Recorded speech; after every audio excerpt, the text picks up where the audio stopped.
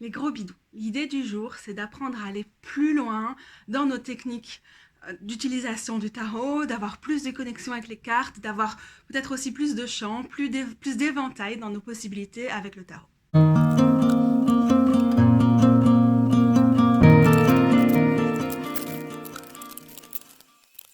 Hey, coucou vous!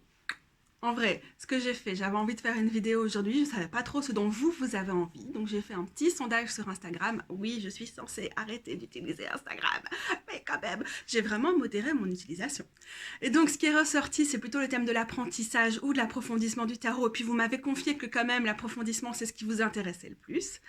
Alors, il y a un petit défaut à ce sondage, c'est que c'est le choix du bas, alors quand on veut défiler entre les stories pour aller plus vite, on a tendance à appuyer sur celui-là par défaut. Pour l'instant, j'ai plutôt envie de survoler cette thématique, de ramener des grandes idées, et puis en fonction de vos retours, on va pouvoir approfondir, encore une fois, certaines des thématiques, aller plus loin. Et puis si jamais j'ai déjà fait des vidéos qui vont plus loin dans les thématiques que j'évoque, je mettrai les liens ici ou là, ou voilà, toujours la même chose.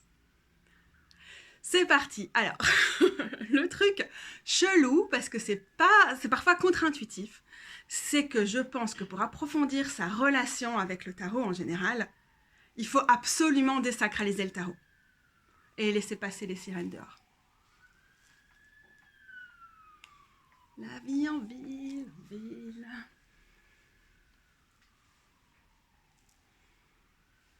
Désacraliser sa relation avec le tarot, ça peut paraître soit complètement bateau, soit complètement effrayant, mais c'est ça l'idée en fait. C'est que souvent ce qui nous empêche d'avancer avec le tarot, et même quand on est au niveau du débutant, vous n'avez pas besoin de faire du tarot depuis plusieurs années pour trouver quelque chose dans cette vidéo.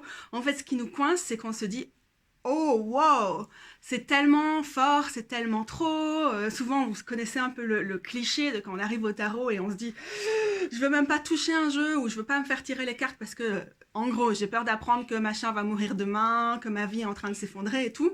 C'est quand même basé sur des clichés que la pop culture nous donne par rapport au tarot. Ça ne veut pas dire qu'il n'y a pas des gens qui font du tarot prédictif, mais enfin l'éventail de toutes les utilisations du tarot est quand même très très vague. Le prédictif, enfin très très large, et le prédictif n'en est qu'un aspect qui n'est pas du tout obligatoire et qui n'est pas utilisé par la plupart des tireurs et tireuses de cartes. Bon, personnellement, je fais du tarot divinatoire, pas a priori pas trop axé prédictif. Enfin bon, l'idée, c'est quand même d'enlever tous ces trucs de nos têtes qui nous mettent la pression. On a la barre là, on est en mode putain, qu'est-ce que je vais faire avec ce jeu de tarot? Défricher et de partir sur un terrain où on n'a pas trop de préconceptions et on peut vraiment se donner à la relation avec le tarot. Alors l'idée, c'est aussi de temps en temps, et ça vaut le coup de le faire tout le temps, qu'on soit débutant ou débutante, ou qu'on soit super aguerri avec le tarot, c'est toujours bien de prendre le temps, de même avoir un journal à part si vous voulez, ça dépend, ou bien un fichier sur votre ordinateur ou sur votre smartphone, des notes audio.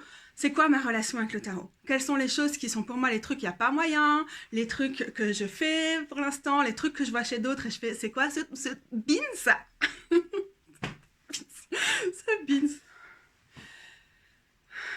Les trucs que je vois chez d'autres et je me dis c'est quoi ce bordel, et noter tout ça parce que ça va nous permettre de voir aussi comment on évolue, comment on revient sur nos a priori, sur aussi nos trucs où on peut être très résolu au début et faire no way quoi, moi le tarot divinatoire c'est trop pas pour moi, genre moi il y a 6 ans tu vois. Et puis après partir complètement ailleurs, ça c'est la base de la base. Alors vous allez me dire mais c'est pas l'apprentissage du tarot, c'est pas l'approfondissement, on s'en fout, mais non c'est une vraie plus-value dans votre relation avec le tarot. Et ça permet de désacraliser certains aspects où vous êtes en mode « Ouh, c'est sous une cloche de verre, il ne faut pas y toucher, attention », pour justement avoir peut-être quelque chose qui va vous permettre, si c'est ce que vous cherchez, de renouer une relation plus sacrée, plus porteuse de sens, plus spirituelle, mais parfois ça vaut la peine quand même de dépoussiérer certaines de nos idées prémâchées, préconçues, de nos clichés et tout, sans partir du principe qu'elles sont forcément mauvaises, hein, l'idée c'est pas ça, mais c'est pour voir où on se situe et pour étendre sa vision. Souvent, nos idées préconçues sur le tarot, c'est pas forcément préconçu, c'est peut-être pas le terme, mais c'est nos idées un peu trop rigides. Elles peuvent nous venir de nous-mêmes ou de trucs qu'on a lus, d'enseignantes du tarot, qu'on a écoutés, de vidéos et tout. Ça veut pas dire que ces idées-là, elles sont fausses, mais ça veut dire qu'elles ont parfois tendance à nous enfermer et à nous empêcher d'étendre notre pratique. Alors l'idée, c'est vraiment d'essayer au maximum de sortir de nos rigidités, des choses qui nous mettent mal à l'aise et tout. Le but, c'est pas de se forcer à être mal à l'aise non plus, hein, mais c'est parfois de juste voir là où on peut faire un peu de ménage, là où on peut se donner un petit peu plus de flexibilité et commencer progressivement à l'intégrer. Franchement, je vous dis pas, les règles, elles sont toutes mauvaises, qu'il faut absolument voir le tarot d'une façon très très fluide, d'embrasser sa versatilité ou des trucs comme ça. Je veux juste vous dire que ponctuellement, ça nous permet quand même de rester ouverte dans ce que le tarot a à nous apporter. Et ça, mine de rien, ça compte. Donc pour moi, l'idée principale, c'est pas de se dire il y a ce que je peux faire et ce que je peux pas faire avec le tarot, mais de tâtonner, de sortir de nos petits sentiers battus et de découvrir des choses. En parlant de sentiers battus, c'est peut-être la première chose que j'ai envie de dire. Si vous me suivez, vous avez l'habitude, j'emporte mes tarots en balade partout. Et on a parfois envie d'être un peu trop précautionneuse, d'avoir beaucoup de déférence par rapport à nos jeux, de les emballer dans du papier de soie ou de petits sacs en coton bio, etc., etc. Et donc, ça peut, pour certaines d'entre nous, être genre, waouh, sortir mon tarot, c'est prendre le risque de l'abîmer. Alors, je juge pas les gens qui veulent pas abîmer leur tarot. Et je dis pas que le sortir, c'est forcément l'abîmer. Dans mon cas, oui, mais bon, voilà, en fait, je l'abîme quand même n'importe où parce que je suis maladroite. Mais de vraiment juste prendre son tarot dehors et prendre l'habitude de tirer une carte pour plein de choses. Et j'aime bien dire je tire les cartes pour tout et n'importe quoi, et c'est tellement pas ce que je fais, mais c'est une façon de dire. Parfois, on a cette idée, on fait que des grands tirages tous les quelques semaines ou les quelques mois, et on laisse bien décanter, on digère, on les laisse faire leur effet, etc. Encore une fois, c'est ni bien ni mal, mais c'est aussi bien de se dire, il n'y a peut-être pas que ça. Et s'entraîner à sortir son tarot et le sortir peut-être pour tout et n'importe quoi, c'est déjà un truc intéressant. Moi, j'aime bien, il y a des tarots où il y a plus des images de plantes ou de fleurs et tout, j'aime bien juste, quand la saison le permet, donc pas maintenant, aller ramener un truc avec de l'églantine dessus et les mettre à côté d'un rosier et faire waouh, le tarot il respire différemment et rien que ça m'invite à autre chose dans mon rapport avec la carte. Et par exemple, quand je vais voir l'impératrice, qui est notamment associée à Vénus, qui est notamment associée à la rose, je vais peut-être avoir même la senteur de la rose quand je suis devant l'impératrice. Ça vous paraît peut-être rien comme ça, mais éveiller nos sens avec le tarot, c'est un des fondements d'une lecture plus intuitive ou médiumnique du tarot. Peut-être ce ne sera pas votre façon de lire le tarot à tous les coups, mais ça nous permet de travailler cette intuition, de travailler tous ces petits éléments qui nous viennent quand on tire une carte, qui ne sont pas de l'ordre de l'analyse de la carte et tout, mais qui sont sensuels. Et quoi de mieux que l'impératrice pour avoir une version sensuelle de la carte. C'est la sensualité du tarot, mais pas de sensualité dans le sens cliché, justement, c'est ça aussi qui est intéressant par rapport aux mots-clés qu'on peut avoir avec chaque carte. On peut aller plus loin avec ce genre de méthode. Par exemple, ok, la sensualité, c'est associé à l'impératrice, mais qu'est-ce que ça veut dire? Souvent, pour nous, c'est des gros clichés très hétéronormés et tout.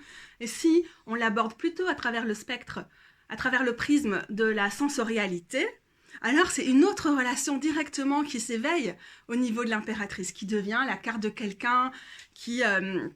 Dièse, merci d'avoir fait bouger le truc, c'était sympa. qui a l'essence, le corps grand ouvert, qui reçoit, qui est prête à s'étendre avec cette idée de réception qui est liée à la nature, mais qui est liée à plein d'autres choses. Et la sensualité va peut-être nous faire dévier parce que c'est une notion qui est tellement lourde d'hétéronormativité et tout ça, de normes valides, de normes de beauté. Et voilà, simplement en prenant l'habitude de chercher les roses quand je sors mon impératrice, ça peut déjà me faire un autre lien avec la carta, ça paraît barré comme ça. Mais ça peut prendre tellement de formes différentes. Du coup, quand vous êtes dehors, vous allez vous balader, vous entrez dans un parc ou dans telle forêt et vous tirez une carte. Et puis, je sais pas, un des derniers trucs que j'ai posté, j'étais en forêt, j'ai le 10 de bâton, c'est une carte que j'adore voir en forêt, parce que qu'est-ce que je vais voir? On a coupé le vieux bois pour faire de la place pour du neuf, parce qu'une forêt, ça se gère, pour qu'elle puisse s'épanouir dans un monde qui malheureusement n'est pas favorable aux forêts. Et donc, ils sont entassés sur le sol, et puis ils permettent à des champignons, à toute une série d'insectes, et tout de se développer. Ça peut me ramener une autre vision de l'idée de trop-plein ou de saturation qu'on a souvent avec le 10 de bâton, par exemple. Ou bien, je suis en forêt et je vois tous ces arbres dénudée parce qu'on est en hiver comme ça, et ça fait que j'ai en fait au final une meilleure vision que ce que j'aurais eu en été. Et donc qu'est-ce que ça me renvoie par rapport à l'idée que le 10 de bâton c'est aussi un 10.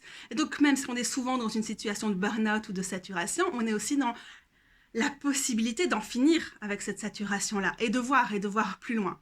Donc il y a toutes ces choses qui s'éveillent plus facilement, dans mon cas en tout cas, quand j'ose prendre le tarot dehors. Ça peut être mais vraiment n'importe quoi, et ça nous donne aussi une autre vision de la ville, dans mon cas, puisque je vis en ville, mais bon, je fais aussi cet exercice à la campagne, mais donc voilà. Il y a plein de bâtiments Art Nouveau à Bruxelles. Et parfois, c'est tellement la même époque que la création du tarot du Waite Smith, qu'en plus, il y a beaucoup de symboliques du tarot tel qu'on le connaît aujourd'hui qui dérivent de ce jeu-là, et donc plein de symboles qu'on peut retrouver. Les tournesols, la reine de bâton. Et donc, on peut même entrer dans un truc où qu'est-ce que cette maison nous raconte sur la reine de bâton. Le phénix. Ah, ça peut être la mort, ça peut être le jugement, ça dépend des jeux. Il y a des jeux où c'est l'as de bâton. Et du coup, ça nous nourrit, et ça me nourrit, ça m'apprend aussi à voir le tarot sans avoir un jeu de tarot dans les mains, mais à lire toute la symbolique de la ville en lien avec la symbolique du tarot qui se nourrit énormément de références culturelles et historiques, etc., qui ne sont absolument pas nécessaires pour lire le tarot, mais qui vont nous aider à étoffer notre gamme de symbolisme qui va peut-être à certains moments nous permettre d'aller plus loin quand on tire la carte. De se dire, ah mais tiens, justement cette maison Art Nouveau, j'avais justement pas d'inspiration avec la reine de bâton, mais... et voilà, ça nous emmène ailleurs. Ouh, j'ai fait tomber mon eau. Donc moi, je ne peux pas vous dire comme ça qu'est-ce que ça va vous apporter ou ne pas vous apporter dans votre relation au tarot, de s'entraîner comme ça à sortir le tarot. Je sais juste que ça étend, que ça donne plus d'ampleur, plus de possibilités. Parfois, je ne suis pas trop du genre à dire il faut purifier ou faire charger ces jeux. C'est une question d'interprétation très très personnelle. Mais c'est vrai que laisser une certaine carte, par exemple celle dont je viens de parler, à un endroit qui nous évoque cette carte-là ou qui fait écho à cette carte-là, je ne sais pas, moi, si vous avez du lierre sur une de vos cartes, il y a des tarots où il y a l'élément du lierre qui revient à certains endroits, vous le laissez à côté de la feuille, ou bien vous voyez si vous pouvez emporter une feuille et la confier à cette carte, ou la faire sécher près de votre tarot, par exemple. Je pense à des endroits où... dans les haies de Yves, par exemple, il y a cette espèce de portail qu'on voit sur les versions traditionnelles de l'as de pentacle. Ça peut être juste de se poser en dessous de cette arche avec la carte. Et ça nous ramène aussi dans le fait que les as sont des portails. C'est des opportunités à saisir, des occasions qui nous sont données, ou juste le moment où on se lance dans quelque chose de neuf. Il y a plein d'autres choses dans les as, à chaque fois je reprends que quelques éléments de la carte, mais cette idée de portail et de juste être sous le portail avec la carte, ça charge notre relation avec la carte. Alors après, moi j'ai pas besoin de la carte pour ça, honnêtement, pour moi c'est juste un support, donc je peux tout à fait le faire en étant moi sous ce truc et en pensant à l'as de pentacle. Mais bien sûr, ça nourrit ma relation avec le tarot et ça me permet de l'approfondir. J'ai tellement de choses à dire sur le tarot et les promenades, donc je vais mettre les liens de ce que j'ai déjà fait, soit là en haut, soit dans la barre de description, quelques vidéos ou quelques articles. L'idée pour moi étant de balayer des possibilités ici, je ne vais pas aller plus loin, mais n'hésitez pas à me dire si c'est quelque chose que vous voulez que je remette pour aller plus loin dans les prochaines vidéos. J'avais fait une vidéo il y a 1 an et demi où je vous disais j'adore sortir mon jeu et tirer les cartes devant un épisode de trucs nuls de télé-réalité. Parce que j'aime la télé-réalité nulle. Et on aime tous des trucs nuls, qu'on regarde pour nous détendre. Et du coup, c'est complètement décomplexant de sortir son tarot à un truc où on est vraiment là pour se détendre. C'est pas le réflexe qu'on aurait de tirer son tarot, mais qu'on s'entraîne juste à tirer les cartes, à voir quel est le lien avec la situation, avec le personnage et tout ça. Donc ça, je vous avais déjà dit, je remets pas les détails ici. Mais dans la même idée, j'ai l'impression... Je sais que tirer les cartes pour d'autres, c'est pas du tout quelque chose qui est fait pour tout le monde. Tout le monde n'aime pas ça, on peut trouver ça super impressionnant et tout. Et c'est ok. La plupart d'entre nous, on utilise avant tout le tarot pour nous-mêmes et c'est juste bien. Et c'est important, je pense, d'arriver avec humilité quand on propose des tirages pour d'autres personnes, d'admettre quand on est en début de parcours, qu'on n'a jamais tiré les cartes pour d'autres et tout. Mais néanmoins, pour soi-même, parce que là, on est vraiment sur notre approfondissement à nous, et même au niveau de l'apprentissage, en vrai, même si vous faites du tarot depuis 2 mois, ça peut être très chouette. Moi, je pense que j'ai fait ça directement quand j'ai eu un tarot entre les mains. Tirer les cartes pour d'autres, Alors que parfois on est bloqué dans nos propres interprétations pour nous-mêmes et tout, ça nous permet encore une fois d'étendre notre compréhension de la carte, de ne pas rester collé aux mots-clés, mais de voir comment aller plus loin. Alors si vous ne savez pas comment faire, vous demandez à quelqu'un que vous connaissez bien, et ça ne doit pas être un gros truc, vous lui dites, voilà, ce ne sera pas le gros truc intuitif où je vais te lire l'avenir et tout, mais j'aimerais bien voir comment chaque carte du tirage, elle colle à ta situation. Et puis vous interagissez avec la personne. Vraiment, si vous avez du mal à sortir du livret et tout, c'est pas grave. C'est pas grave, parfois il faut juste commencer quelque part. Si vous arrivez à mettre le livret de côté et à juste visuellement lire la carte pour la personne et puis avoir un échange autour de ça, je pense que c'est vraiment l'idéal.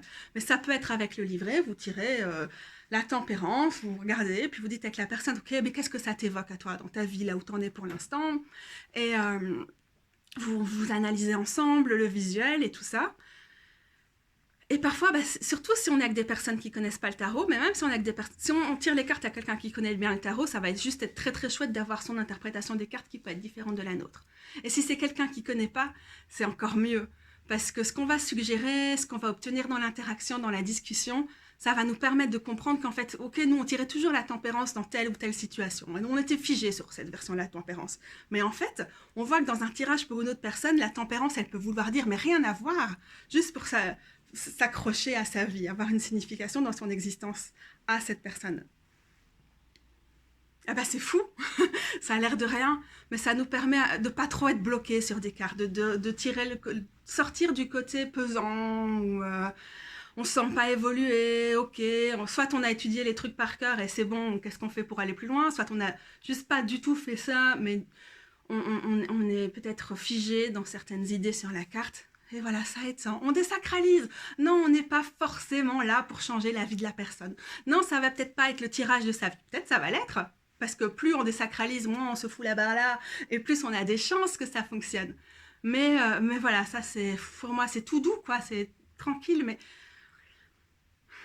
ça a un impact. Et ça peut être, voilà, vous êtes sur Instagram et vous partagez en story ou ailleurs, enfin, sur les blogs, quelles que soient les plateformes que les gens utilisent de nos jours. Moi qui en ai marre des réseaux sociaux, je ne peux pas vous dire. Et vous proposez un échange. Et dans l'échange, il peut se passer quelque chose de très très intéressant.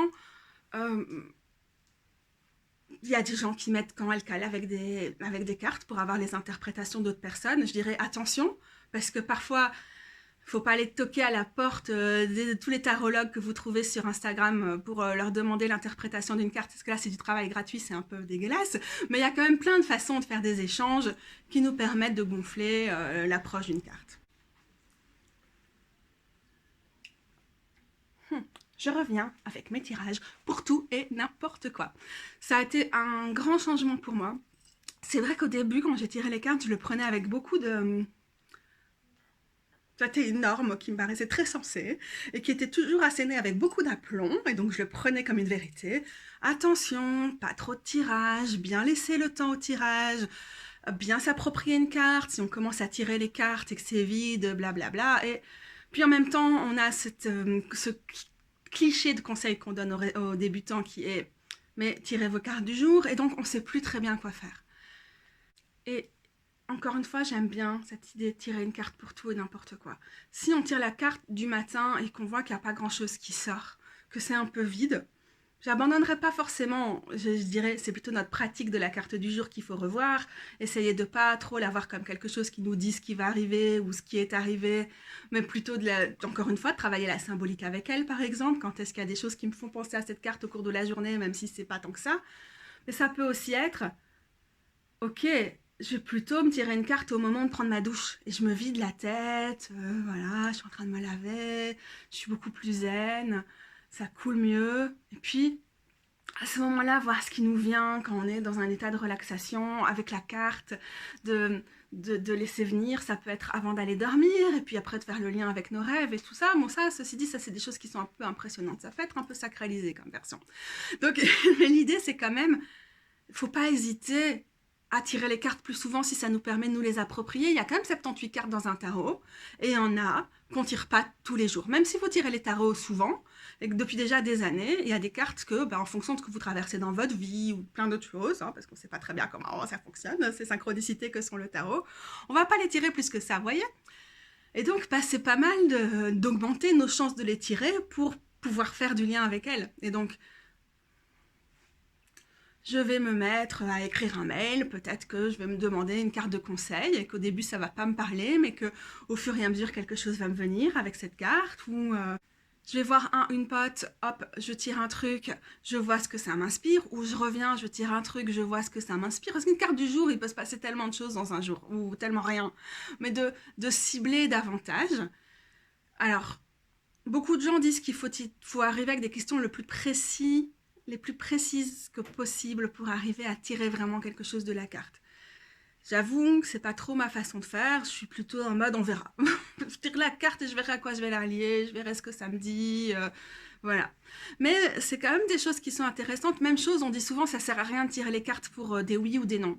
Seulement en voyance, par exemple, c'est assez intéressant d'avoir des cartes qui sont des oui ou des non, ou qui sont qui font référence à la temporalité, etc. Ça ne veut pas dire que vous allez forcément intégrer ce genre de méthode dans votre pratique du tarot, mais vous entraînez à vous dire, mais tiens, est-ce que le 2 de bâton, c'est un oui ou c'est un non?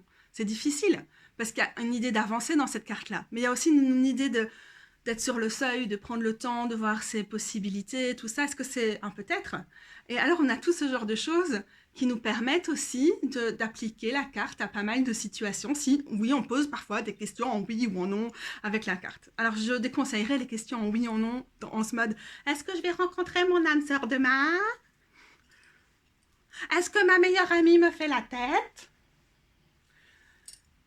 Est-ce que mon chat a vraiment envie de faire sa sieste? » Et surtout vraiment pas dans le mode est-ce que je vais, et donc d'avoir une question qui nous demande si on va déterminer l'avenir. Bon, en général, ce genre de questions, de toute façon, c'est toujours intéressant de les reformuler parce qu'on gagne plus quand on n'est pas dans un truc prédictif, une réponse en oui ou en non, mais de vraiment être dans des trucs trop tout bêtes du quotidien, de cartes en oui et non, ça peut être super utile. Attendez, je réfléchis à des exemples. Dans mon cas, ça m'aide à prendre des décisions. Si je sais pas si aujourd'hui je dois rester à la maison et lire un bouquin, ou aller me promener, ou enfin répondre à tous mes messages parce que les gens attendent des trucs, bah juste tirer une carte avec ces réponses qui sont un peu, voilà, enfin ces questions qui sont un peu limitées. J'attends pas des grandes révélations, j'essaie juste de voir qu'est-ce que je fais rentrer dans ma journée. Bah, c'est quelque chose qui peut m'aider. Je vais faire, qu'est-ce que je fais aujourd'hui? Ceci ou cela. Et je tire, je sais pas, moi, la reine d'épée, elle va peut-être me dire, en fonction de la situation, ah, lire, c'est quand même pas mal, tu vas apprendre des choses, ça va permettre de prendre du recul. Ou elle va me dire, il est temps de mettre tes limites avec les gens, c'est pas en les évitant et en répondant pas à leurs messages que ça va aller mieux. S'il te plaît, essaie de trouver la dose de limite et d'empathie dans ta vie. Rien que ça, c'est déjà super. C'est une évolution en fait, parce qu'on peut quand même se poser la question de qu'est-ce que la carte m'apporte dans toutes ces situations. C'était quoi mon premier exemple? Est-ce que je vais aller promener? C'est ça. La reine de bâton, elle dirait intéressant d'aller te promener pour écouter le podcast de machin sur tel sujet. Peut-être que du coup, ça m'apparaîtrait comme ah ok, ça c'est plus sympa pour moi que de lire. La reine d'épée, c'est épée. Hein. La reine d'épée, dans ma promenade, pour moi, ça peut m'aider à me dire épée, pierre, je vais aller me balader au cimetière. Épée, pierre, c'est pas maintenant que je vais aller dans la forêt, je vais plutôt rester dans les rues de mon quartier. C'est tellement bête, c'est ridicule, c'est tellement banal et quotidien comme usage du tarot. Mais mine de rien, un jour, vous allez avoir un trop gros tirage de ces grands tirages qu'on ne fait que tous les 3 mois parce qu'ils sont très importants et qu'il faut les digérer. Bah, la reine d'épée, elle va quand même nous ramener d'autres choses que, à un moment, penser promenade avec reine d'épée alors que ça n'a rien à voir. Peut-être ça va nous apporter quelque chose ou peut-être ça va nous donner visuellement, encore une fois, ce petit flash, cette petite idée qui va nous permettre d'aller ailleurs avec une carte qui, a priori, parle absolument pas de ça. Mais en même temps, parfois, il faut faire parler les cartes de ce dont elles ne nous parlent pas. Et ça, c'est une autre façon d'approfondir sa relation avec le tarot. Il y a les cartes qui, à des moments ou à d'autres, nous énervent plus que d'autres, ou qu'on ne sent pas, on ne sait plus ce qu'elles veulent dire, on cale avec elles, on a beau lire et relire les définitions de machin, blabla, on est toujours en mode ça s'applique pas pour moi, ça fonctionne pas, blablabla. Et là, on aurait cette idée, peut-être, dans une version trop sacrée du tarot, qu'il faut juste patienter, que peut-être il faut faire du journaling avec la carte. Je fais du journaling avec les cartes très souvent. Donc c'est pas, genre, je me moque de moi quand je dis ça aussi. Ouais, et ben en fait, en vérité, le mieux à faire, c'est pas d'attendre, c'est pas de patienter, c'est pas de se dire que ça va aller. Peut-être que la solution, c'est de se prendre la tête avec cette carte, mais genre frontalement, pas genre dans son coin en train de se lamenter, mais 8 d'épée. J'ai compris ce que tu voulais dire, mais ça me parle pas. Mais qu'est-ce que tu veux dire? Je me sens pas coincée dans ma life. Pourquoi ça dit que c'est coincé? Pourquoi ça dit que c'est dans ma tête? C'est pas dans ma tête si ça va pas. Mais tu me fais chier, le 8 d'épée. Et alors? Okay. On peut s'énerver. C'est bien aussi de lui laisser le temps de répondre et peut-être d'écrire ce qu'elle répond ou de l'enregistrer, quelque chose comme ça, mais de personnifier. Alors, peut-être vous êtes quelqu'un de très intuitif et vous allez vraiment avoir cette personnification, ça va fonctionner, vous allez avoir l'impression que l'archétype de la carte vous répond. Peut-être vous allez coincer et vous allez devoir vous mettre dans l'idée, ok, j'incarne cette carte et j'essaie de répondre, si je suis le 8 d'épée, qu'est-ce que je veux dire? Et donc le 8 d'épée peut arriver et dire, oui, mais...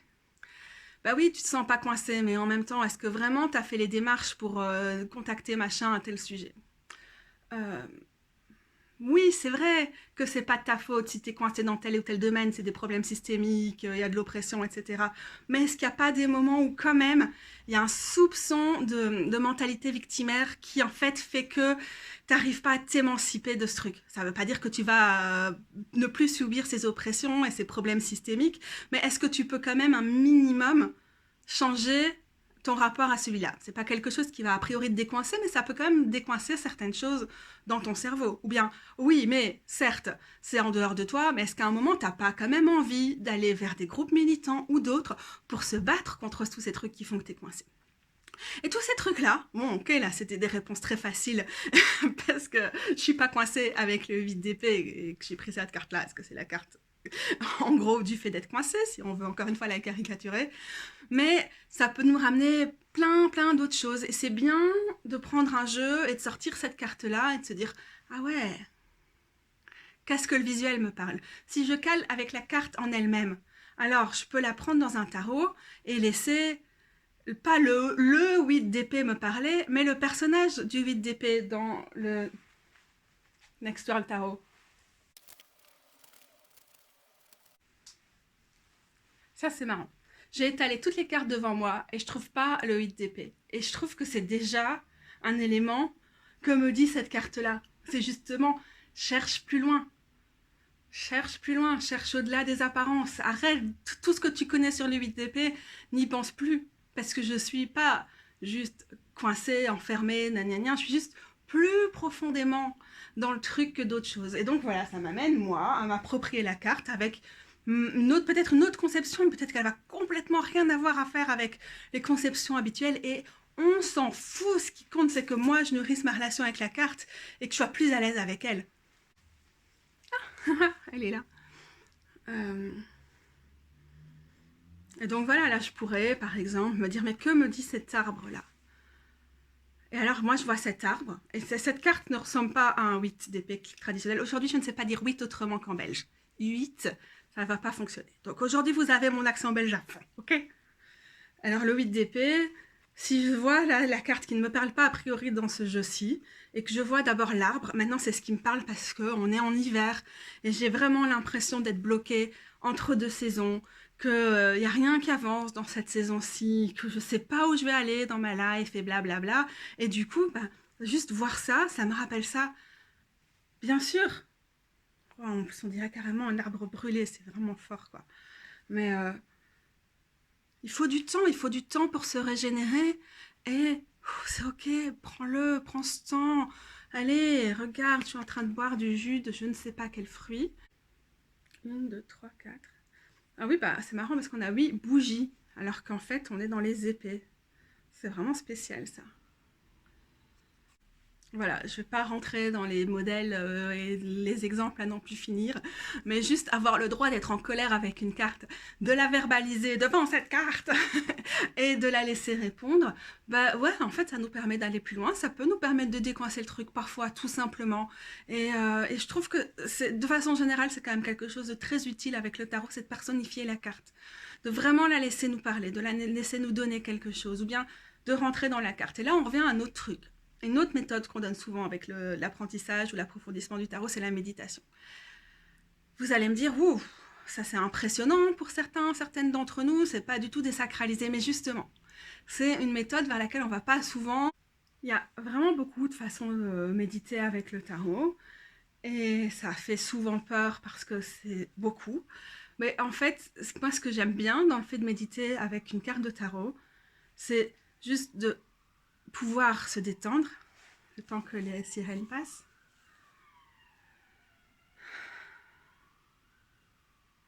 De pouvoir se détendre, de rentrer dans la carte, donc vraiment littéralement de voir les barreaux de la carte, de voir les bordures de la carte s'effacer pour qu'on puisse rentrer dans la scène.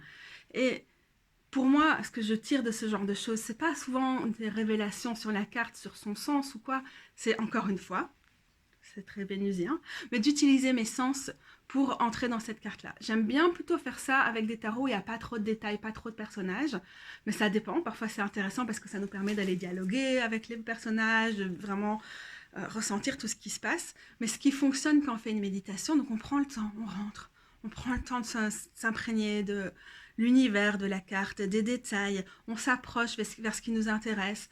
On va pas forcément tout voir, on va pas forcément tout sentir dans la carte, mais c'est déjà juste intéressant de voir vers quoi on va aller, ce que la carte a à nous donner, et aussi dans cet état, plus ou moins second, plus ou moins de transe, plus ou moins de relaxation, ce qu'on arrive à faire, si on arrive juste, franchement, vous mettez pas la barre trop haut, si vous aimez pas méditer, vous savez pas comment faire ni rien, juste relaxation, essayez d'entrer dans cet univers-là, et on arrive à faire abstraction de tout ce qu'on sait sur la carte, de tous les mots-clés, de toutes les définitions de machin, de blabla, blabla, et encore une fois, à se l'approprier. Et encore une fois, peut-être que votre définition, elle va être très loin des définitions standards.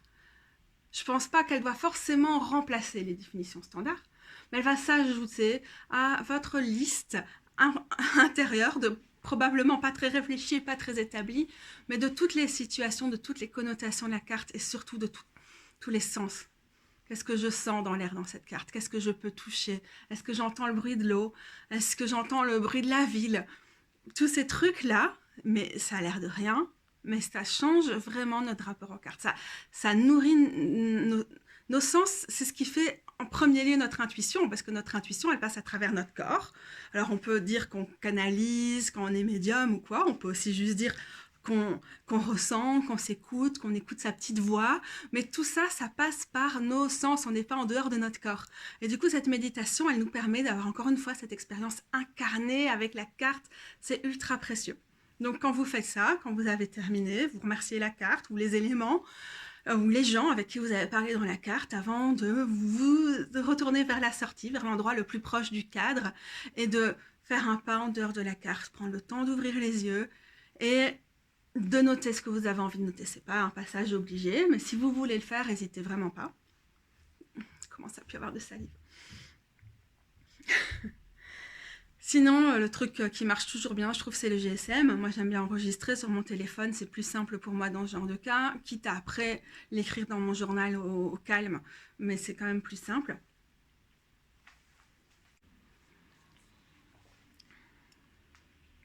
Mes muqueuses de sédiste. J'allais prendre mon pouf. Comme une pouf. La soif l'a emporté, je sais plus ce que je disais. Et aussi, c'est vraiment utile de dessiner vos impressions directement après. Encore une fois, c'est parfois difficile, parfois on se dit qu'on ne dessine pas assez bien et tout, mais juste gribouiller vos impressions si vous en avez envie, faire du n'importe quoi, mais qui vous permet de sortir un tout petit peu ça de votre tête. Ça peut être très sympa après de partir de là pour dessiner votre propre version de la carte, encore une fois, hein, juste comme vous en avez envie. Et ça vient nourrir, encore une fois. Je me rends compte que je vous ai plus donné des trucs et astuces pour nourrir la relation avec les cartes en elles-mêmes et peut-être moins avec les tirages, parce que j'aime pas trop les règles dans les tirages, mais ça peut faire l'objet d'une autre vidéo, encore une fois, hein. N'hésitez pas, demandez-moi, et n'oubliez pas que je suis sur mon propre timing de malade chronique et que ça viendra quand ça viendra. J'ai pris le carnet dans lequel je note ce que j'ai envie d'enseigner sur le tarot, peut-être pour un jour faire un cours ou quoi. Et donc là-dedans, j'ai plein d'idées, mais je ne l'ai pas encore ouvert. J'ai l'impression qu'on a déjà suffisamment de contenu pour faire une première vidéo. Et c'est un thème que j'aborde en continu, donc on le verra davantage, on le verra encore. Ne vous en faites pas, j'y reviendrai, mais là, c'était assez dense pour aujourd'hui, non? Ouais, ok. Bon, on fait ça alors. Toujours la même chose. Rendez-vous pour la prochaine vidéo. J'imagine que j'ai quelque part une playlist sur l'apprentissage et ou l'approfondissement du tarot et je mettrai ça dedans. Et si ce n'est pas encore fait, n'hésitez pas à regarder mes autres vidéos sur le sujet. N'hésitez pas non plus à vous abonner à ma chaîne. C'est d'autant plus intéressant maintenant si vous regardez cette vidéo au moment de cette sortie parce que très bientôt je vais avoir un concours pour célébrer la présence de plus de 1000 personnes sur cette chaîne et que ça va être super cool. Donc voilà, argument commercial, marketing parcatou, n'importe quoi. C'est vrai, c'est n'importe quoi. Si, c'est n'importe quoi. Si. Je suis fatiguée. Ma lumière LED, elle m'a rendue toute rouge. Il fait 4 degrés dehors, mais dans mon corps, il en fait... Ah, mais c'est mon jour d'ovulation. Je suis à 14 jours de cycle. Bon, je suis en chaleur. Hein. Ça va, on a tout compris maintenant. Je vous rappelle que j'ai aussi sur mon site une section sur l'apprentissage du tarot. J'ai la section cartographie du tarot où vous avez toutes les interprétations, les poèmes et autres choses que j'ai déjà écrits autour d'une carte. Alors on a les interprétations qui sont très littérales, très intello, j'espère être pas trop intello quand même. Et puis on a les trucs très poétiques qui nous permettent justement de montrer à quel point parfois il faut divaguer pour s'approprier une carte aussi. Il y a aussi sur mon site le tarot carte par carte, qui est aussi sur ma chaîne YouTube. Et là, on a les mots-clés de chacune des cartes. Alors, c'est en cours, ça va nous prendre beaucoup de temps. Et en vidéo, je prends le temps de vous donner des éléments sur chacune des cartes, justement. Si parfois vous bloquez un peu, j'essaie aussi de dépoussiérer certaines des interprétations qui manquent cruellement d'attention, par exemple à la justice sociale, quoi. Voilà. Les taroteurs, taroteuses, à bientôt pour de nouvelles aventures tarologiques.